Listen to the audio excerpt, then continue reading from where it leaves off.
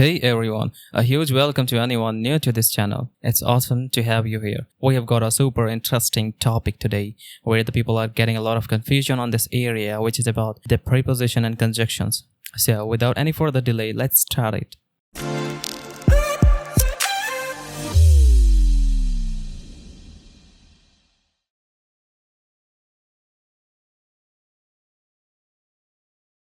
So this is the confusion area where the people are getting a lot of confusion on these areas. Conjunction versus preposition.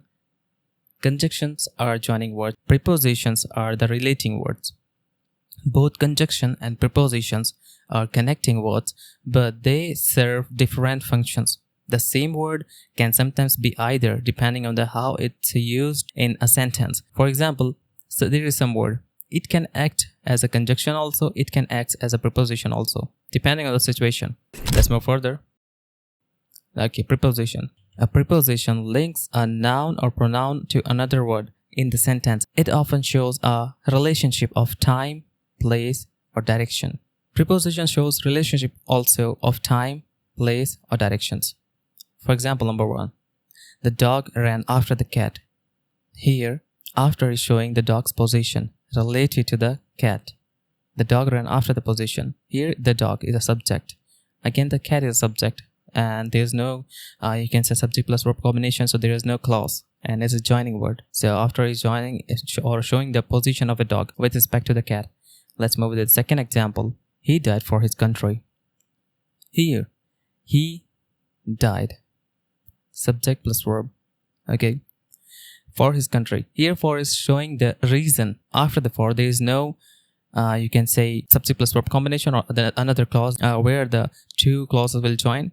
So that's why the for is acting as a preposition here. For shows the relation of why he died. If you will ask yourself why he died, then you will get an answer for his country. That's why country is a noun. The preposition comes before the noun as well, but there is no subject plus verb combination. That's why it's not conjunction also. Let's move to the conjunction. Conjunction connects words, phrases, clauses, or sentences. It often used to join two separate ideas also. Look at the first example. He came after I had left. Here, subject is a he. Came is a verb. After, I is a subject. Had is a verb. Subject plus verb combination, and he came is a subject plus verb combination. So after is adding or joining the two clauses. That's why here the after is acting like a conjunction. After join two clauses, he came and I had left. Look at example number 2. He could not come, for he was ill. Here again, for connects the reason to the main sentence. He could, subject plus verb combination. He was, subject plus verb combination. Let's move further. Understanding the sense. Since is a word also act like a sometimes preposition, sometimes conjunction. Let's see as a preposition how it works. Since is a preposition when it indicates a starting point in a time. For example, number 1. I have not met him since Monday. Here, I have, you will get the subject plus verb combination, but after the since you will not find any subject plus verb combinations. And if you will ask yourself when, you will get an answer Monday. It's a noun also. And before the noun, the preposition comes. That's why since is acting as a preposition. Or also the Monday is showing the starting point in the time. Let's move with the second example. He has been absent since Monday. Again here you will find a subject plus verb combination in the sentence. But after the since, there is no subject plus verb combination, and also the Monday is dealing or just showing about the starting point in the time. That's why since is acting as a preposition here. Let's move to the conjunction part. Since is a conjunction when it connects a clause to another clause, often to show a reason or a starting point in the time for a past action. Look at the first example. I have not met him since he left. Connecting two events in time. Or either you can say, I is a subject, have not is a verb. And after the since you will find again subject, and left is a verb. So it is connected to two clauses. Let's move with the second example. Since he was absent, he could not complete the work. It is giving the reason also.